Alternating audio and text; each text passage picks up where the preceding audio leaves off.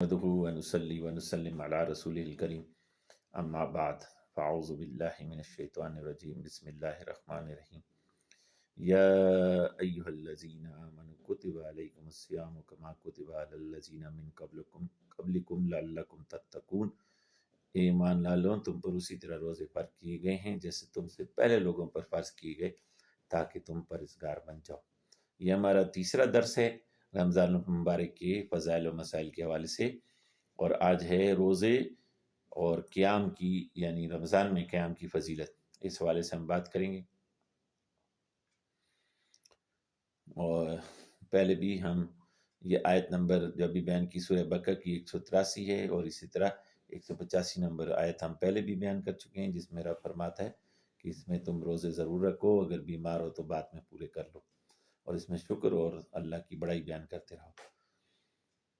اور پھر اللہ تعالیٰ فرماتے ہیں سورہ فرقان کی آیت نمبر جو ہے 63 میں، اور یہ وہ لوگ ہیں جو اپنے رب کے لیے سجدہ ریزی اور قیام یعنی نیاز میں رہتے ہیں، بسر کرتے ہیں، عبادت کرتے رہتے ہیں۔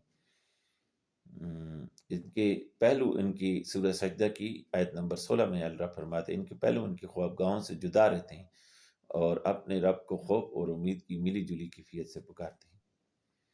اور سورہ احزاب کی آیت نمبر 35 میں فرماتا ہے اور روزے دار مرد اور روزے دار عورتیں اور اپنی شرمگاہوں کی حفاظت کرنے والے مرد اور حفاظت کرنے والی عورتیں اور کثرت سے اللہ کا ذکر کرنے والے مرد اور ذکر کرنے والی عورتیں، اللہ ان سب کے لیے بخشش اور اجر عظیم عطا اختیار فرماتا ہے۔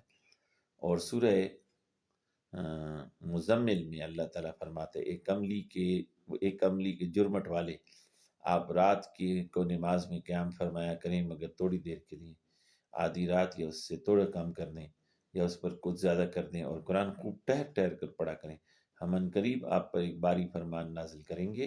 بے شک رات کا اٹھنا نفس کو سخت پامال کرتا ہے اور دل و دماغ کی یکسوئی کے ساتھ زبان سے سیدھی بات نکالتا ہے، بے شک آپ کے لیے دل میں بہت سے مصروفیات ہوتی ہیں۔ پھر اس کی یہ ایک اور آیت کریمہ ہے سورہ الانسان آیت 25 و 26،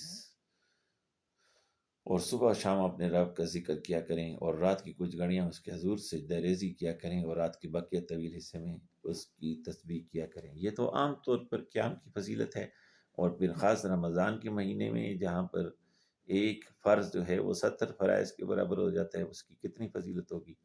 اس لیے بے شک اس کی بھی بڑی فضیلت ہے کہ ان راتوں میں قیام کیا جائے، یہ بڑی فضیلت کی بات ہے، اور جتنا زیادہ کیا جائے اتنا بہتر ہے۔ احادیث مصطفیٰ کریم اسلام بھی اس پر بیان کرتے ہیں، متفق علیہ روایت میرے سامنے موجود ہے، میں آپ کو اس کا صرف ترجمہ بیان کر دیتا ہوں۔ حضرت سیدنا ابی ہریرہ رضی اللہ عنہ سے روایت ہے کہ رسول اللہ صلی اللہ علیہ وسلم نے فرمایا، اللہ تعالیٰ فرماتا ہے کہ ابن آدم کا ہر عمل اسی کے لیے ہے سوائے روزے کی، کیونکہ روزہ میرے لیے ہے اور اس کی جزا میں ہی دیتا ہوں۔ روزہ ڈال ہے، اور جس روز تم میں سے کوئی روزے سے ہو تو نہ فحش باتیں کرے اور نہ جھگڑے، اگر اسے کوئی گالی دے یا لڑے تو کہہ دے کہ میں روزے سے ہوں۔ قسم ہے اس ذات کی جس کے قبضے میں محمد مصطفیٰ صلی اللہ علیہ وسلم کی جان ہے، روزہ دار کے منہ کی بو اللہ تعالیٰ کو مشک کی خوشبو سے زیادہ پیاری ہے۔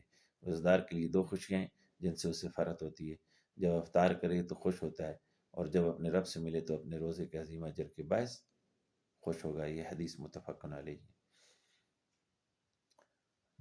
حدیث ہے، حضرت سیدنا ابی ہریرہ رضی اللہ عنہ سے مروی ہے کہ رسول اللہ صلی اللہ علیہ وسلم نے فرمایا کہ اللہ تعالیٰ نے فرمایا آدمی کا ہر عمل اس کے لیے ہے، اور ہر نیکی کا ثواب 10 گنا سے لے کر 7 گنا تک ہے، سوائے روزہ کہ وہ میرے لیے ہے اور میں ہی اس کی جزا عطا کرتا ہوں۔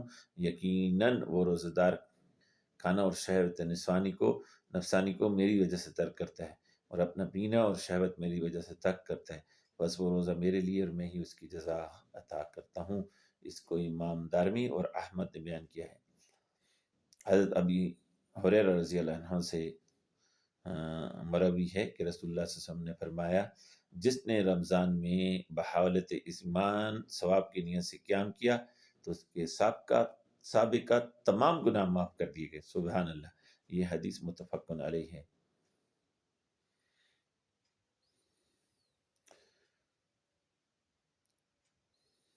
حضرت سہل بن سعد رضی اللہ عنہ سے روایت ہے، حضور نبی کریم صلی اللہ علیہ وسلم نے فرمایا، جنت میں ایک دروازہ ہے جس کو ریان کہا جاتا ہے، قیامت کے روز اس سے صرف روزہ دار داخل ہوں گے اور ان کے سوا اس سے کوئی داخل نہیں ہوگا۔ کہا جائے گا کہ روزہ دار کہاں ہیں؟ اس دروازہ میں سے داخل ہونے کے لیے روزہ دار کھڑے ہو جائیں گے، اس دروازے میں ان کے علاوہ کوئی اور داخل نہیں ہوگا۔ پھر وہ جب داخل ہو جائیں گے، تو دروازہ بند کر دیا جائے گا اور کوئی دوسرا اس سے داخل نہیں ہوگا۔ یہ حدیث متفق علیہ ہے۔ حضرت ابو امامہ رضی اللہ عنہ سے مروی ہے کہ میں نے عرض کیا رسول اللہ صلی اللہ علیہ وسلم مجھے کسی عمل کے کرنے کا حکم فرمائیے۔ آپ صلی اللہ علیہ وسلم نے ارشاد فرمایا روزہ اس کے برابر کوئی دوسرا عمل نہیں۔ میں نے دوبارہ عرض کیا یا رسول اللہ مجھے کسی عمل کرنے کا حکم فرمائیے۔ آپ صلی اللہ علیہ وسلم نے فرمایا روزہ اگر کوئی اس کے برابر کوئی دوسرا عمل نہیں۔ اس کو امام نسائی، عبدالرزاق اور ابن ابی شیبہ نے بیان کیا ہے۔ حضرت عبد الرحمن بن عوف رضی اللہ عنہ بیان کرتے ہیں کہ رسول اللہ صلی اللہ علیہ وسلم نے رمضان کے دوسرے مہینوں پر فضیلت بیان کرتے ہوئے فرمایا جو شخص رمضان المبارک میں ایمان و اخلاص کے ساتھ قیام کرتا ہے وہ اپنے گناہوں سے اس طرح پاک ہو جاتا ہے جس طرح آج ہی اس کی ایمان اسے جنا ہو۔ اس حدیث کو امام نسائی، ابن ماجہ اور بہقی نے روایت کیا ہے۔ نظر بن شیبان سے مروی ہے کہ میں نے ابو سلمہ بن عبد الرحمن رضی اللہ عنہ سے ملاقات کی تو ان سے کہا آپ مجھے کوئی ایسی حدیث بیان فرمائیے جو آپ نے اپنے والد ماجد سے رمضان کے متعلق سماعت کی ہو۔ آپ نے فرمایا اچھا، مجھے میرے والد گرامی نے حدیث بیان کی۔ حضور نبی کریم صلی اللہ علیہ وسلم نے ماہ رمضان کا ذکر کرتے ہوئے ارشاد فرمایا یہ ایسا مہینہ ہے جس کے روزے اللہ تعالیٰ نے تم پر فرض کیے ہیں اور میں نے تمہارے لیے اس کے قیام یعنی نماز تراویح کو سنت قرار دی ہے۔ پس جو شخص ایمان اور حصول ثواب کی نیت سے ماہ رمضان کے روزے رکھتا ہے اور اس کی راتوں میں قیام کرتا ہے وہ گناہوں سے یوں پاک صاف ہو جاتا ہے جیسے وہ اس دن تھا جب اسے اس کی ماں نے جنم دیا۔ اس کو ابن ماجہ نے، ابن ابی شیبہ نے، ابو یعلا اور ابو داؤد طیالسی نے روایت کیا ہے۔ یہ اگلی حدیث ترمذی کی ہے اور طبرانی کی اور مستدرک کی اور بہقی کی۔ حضرت ابو امامہ رضی اللہ عنہ سے مروی ہے کہ حضور نبی کریم صلی اللہ علیہ وسلم نے فرمایا رات کا قیام اپنے اوپر لازم کر لو کہ وہ تم سے پہلے کے نیک لوگوں کا طریقہ ہے اور تمہارے لیے قرب خداوندی کا باعث ہے، برائیوں کو مٹانے والا اور گناہوں سے روکنے والا ہے۔ جب عام دنوں میں قیام کا اتنی فضیلت ہے تو رمضان میں کیا حال شان ہوگی اس کی۔ اس کو امام ترمذی اور حاکم نے روایت کیا ہے اور امام حاکم نے کہا، ترمذی دونوں نے کہا کہ یہ حدیث صحیح ہے۔ اسی طرح ابو داود فی سنن کتاب الصلاۃ کی حدیث ہے، وہ ابن خزیمہ نے بیان کی، ابن حبان نے والبیہقی نے اور ابن عبد البر نے بیان کی ہے۔ حضرت ابی ہریرہ فرماتے ہیں کہ حضور نبی کریم صلی اللہ علیہ وسلم حجرہ مبارک سے باہر تشریف لائے تو آپ صلی اللہ علیہ وسلم نے دیکھا کہ رمضان المبارک میں لوگ مسجد کی کوشش میں نماز پڑھ رہے تھے۔ آپ صلی اللہ علیہ وسلم نے دریافت فرمایا یہ کون ہے؟ عرض کیا کہ یہ وہ لوگ ہیں جنہیں قرآن پاک یاد نہیں۔ حضرت ابی بن کعب نماز پڑھتے ہیں اور یہ لوگ ان کی ابتدا میں نماز ادا کرتے ہیں۔ تو حضور نبی کریم صلی اللہ علیہ وسلم نے فرمایا انہوں نے درست کیا اور کتنے اچھے عمل ہے جو انہوں نے کیا ہے۔ اب یہ دیکھیے یہ حدیث جو ہے کس نے بیان کی؟ ابو داؤد نے۔ یہی یعنی کہ یہ صحیح ستہ کی ایک کتاب کتب میں سے ایک کتاب کی روایت ہے۔ پھر ابن خزیمہ نے اپنی صحیح میں بیان کی اس کو اور ابن حبان نے اپنی صحیح میں بیان کیا اس کو اور بہت سے دیگر محدثین نے بیان کیا ہے۔ اور اس حدیث میں یہ ہے کہ ابی بن کعب جن کا ذکر جن کو حضرت عمر نے حکم فرمایا تھا کہ آپ لوگوں کو تراویح پڑھائیے، ان کو حضور صلی اللہ علیہ وسلم نے اپنی زندگی میں بھی جو ہے وہ تراویح پڑھتے دیکھا تو پسند فرمایا۔ اور بہقی کی ایک روایت میں ہے فرمایا انہوں نے کتنا احسن اقدام یا کتنا اچھا عمل کیا اور ان کے اس عمل کو حضور نبی کریم صلی اللہ علیہ وسلم نے ناپسند نہیں فرمایا۔ معلوم یہ چلا کہ حضرت عمر نے اس کو جو احسن کہا تھا یہ میرے نبی کی سنت کو ادا کرتے ہوئے کہا تھا۔ سیدنا ابی ہریرہ رضی اللہ عنہ سے روایت ہے لکل شیء زکوۃ و زکوۃ الجسد الصوم، ہر چیز کی کوئی نہ کوئی زکوٰۃ ہے اور جسم کی زکوٰۃ جو ہے وہ روزہ رکھنا ہے۔ حضرت ابی کہ اور آگے فرمایا ہے کہ محرز نے اپنی روایت میں اضافہ کیا کہ حضور صلی اللہ علیہ وسلم نے فرمایا روزہ آدھا صبر ہے۔ محرز کیا کہتے ہیں؟ روزہ آدھا صبر ہے۔ اس حدیث کو امام ابن ماجہ اور طبرانی نے روایت کیا ہے۔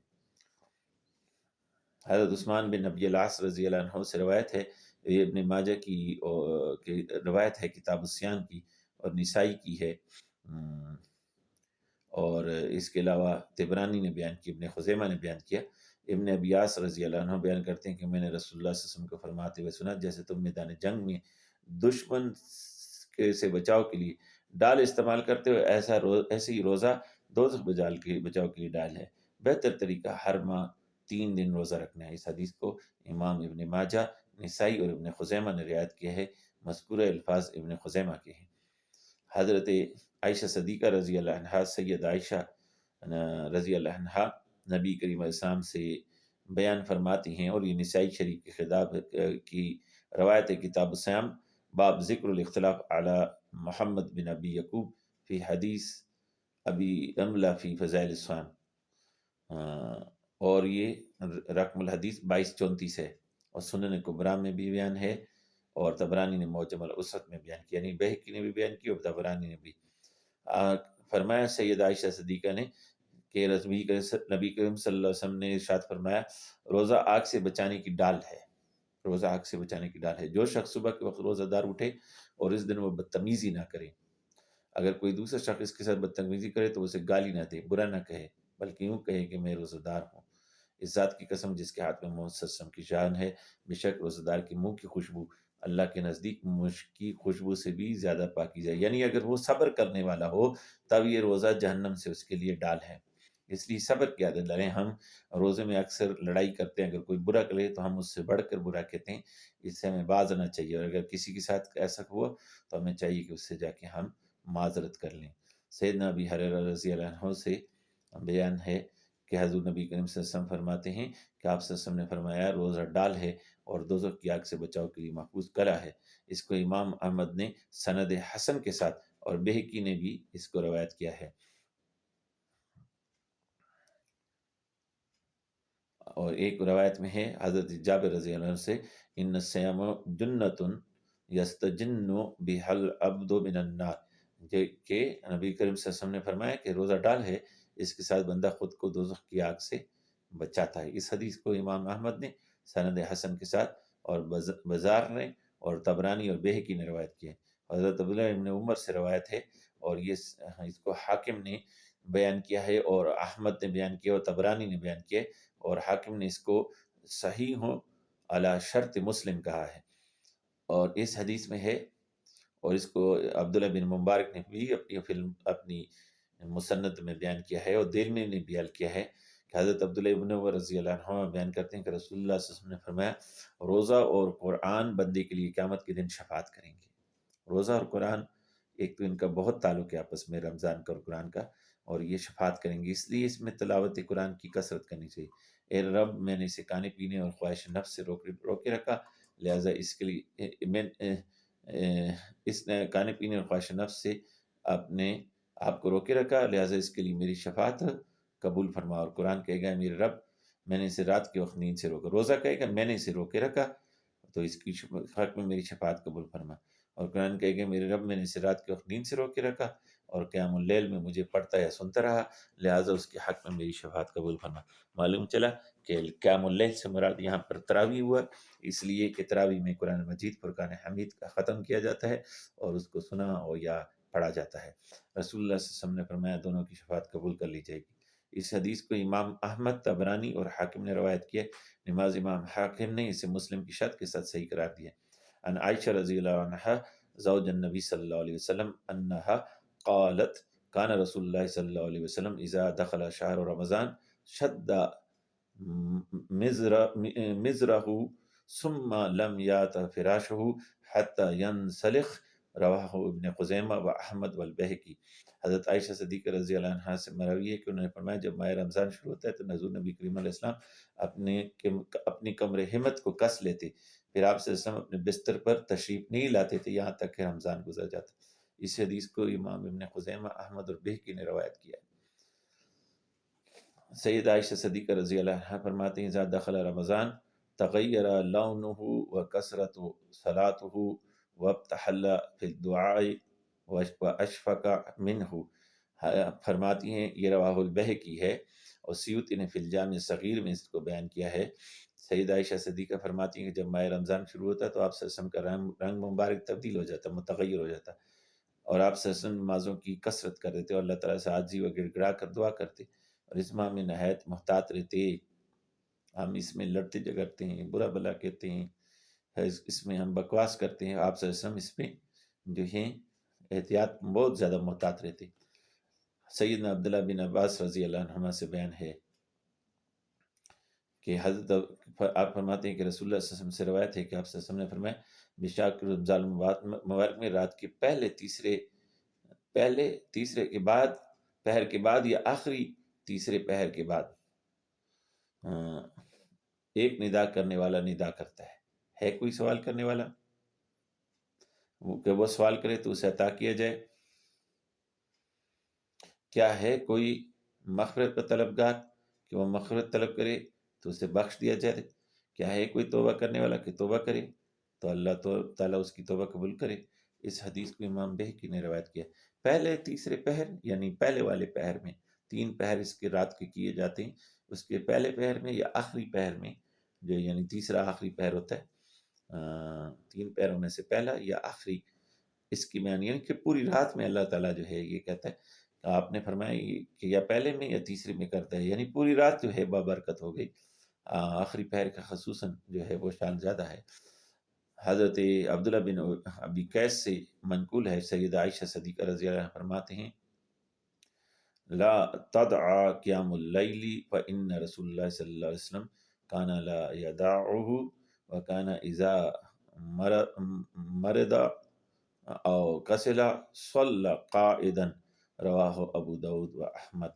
اس کو ابو داود نے بیان کیا ہے قیام اللیل میں کتاب الصلاۃ، و احمد بن حنبل نے مسند میں، اور حاکم نے مستدرک میں، اور بہقی نے و طیالسی نے، اور ابن خزیمہ نے اپنی صحیح میں، اور بخاری نے فی الادب المفرد میں بیان کیا ہے۔ حضرت عبداللہ بن ابی قیس کا بیان ہے کہ حضرت عائشہ صدیقہ رضی اللہ عنہا نے مجھے نصیحت کی کہ قیام اللیل نہ چھوڑنا، کیونکہ حضور نبی کریم صلی اللہ علیہ وسلم سے نہیں چھوڑا کرتے تھے۔ جب آپ صلی اللہ علیہ وسلم بیمار ہو جاتے یا کمزور ہو جاتے تو نماز بیٹھ کر پڑھ لیتے۔ اس کو امام ابو داود اور احمد بن حنبل نے روایت کیا ہے، جیسے کہ اوپر بیان بھی ہوا۔ سیدنا ابو بکر بن حسف رحمۃ اللہ علیہ بیان کرتے ہیں مجھے بتایا گیا کہ حضرت ابو بکر گرمیوں میں روزے سے ہوتے اور سردیوں میں افطار کرتے۔ حضرت ربی بن خراش رحمہ اللہ بیان کرتے ہیں کہ بھوک دل کو صاف کرتی ہے، خواہش نفس کو تباہ کرتی ہے اور علم کا وارث بناتی ہے۔ حضرت سہل بن عبداللہ تستری رحمۃ اللہ علیہ اپنے خدام سے فرماتے ہیں جب تک تمہارا نفس گناہ طلب کرتے اسے بھوک اور پیاس کے ذریعے ادب سکھاؤ، یعنی بھوک اس پیاس کے ساتھ اس کی تہذیب و اصلاح کرو، پھر جب تم سے گناہ کی طلب نہ کرے تو چاہے اسے کھلاؤ اور اسے رات کو جب تک چاہو سویا رہنے دو۔ حضرت سفیان ثوری علیہ رحمہ فرماتے ہیں، اور اس کو ابن مبارک و ابو نعیم نے فی حلیت الاولیاء میں بیان کیا ہے۔ حضرت سفیان ثوری فرماتے ہیں کثرت طعام سے بچو کہ یہ دل میں سختی پیدا کرتے ہیں، اور علم سے اپنے آپ کو سیراب کرو، اور کثرت سے نہ ہنسو کہ دلوں کو ناگزیر لگنے لگے۔ اور صلی اللہ تعالیٰ علی نبی الامین سیدنا و مولانا محمد مبارک وسلم۔ یہاں تک یہ باب ختم ہوا، اور اگلا باب ہم جو ہے سیر و رفتاری کی فضیلت کے حوالے سے اگلے درس میں بیان کریں گے۔ السلام علیکم ورحمۃ اللہ وبرکاتہ۔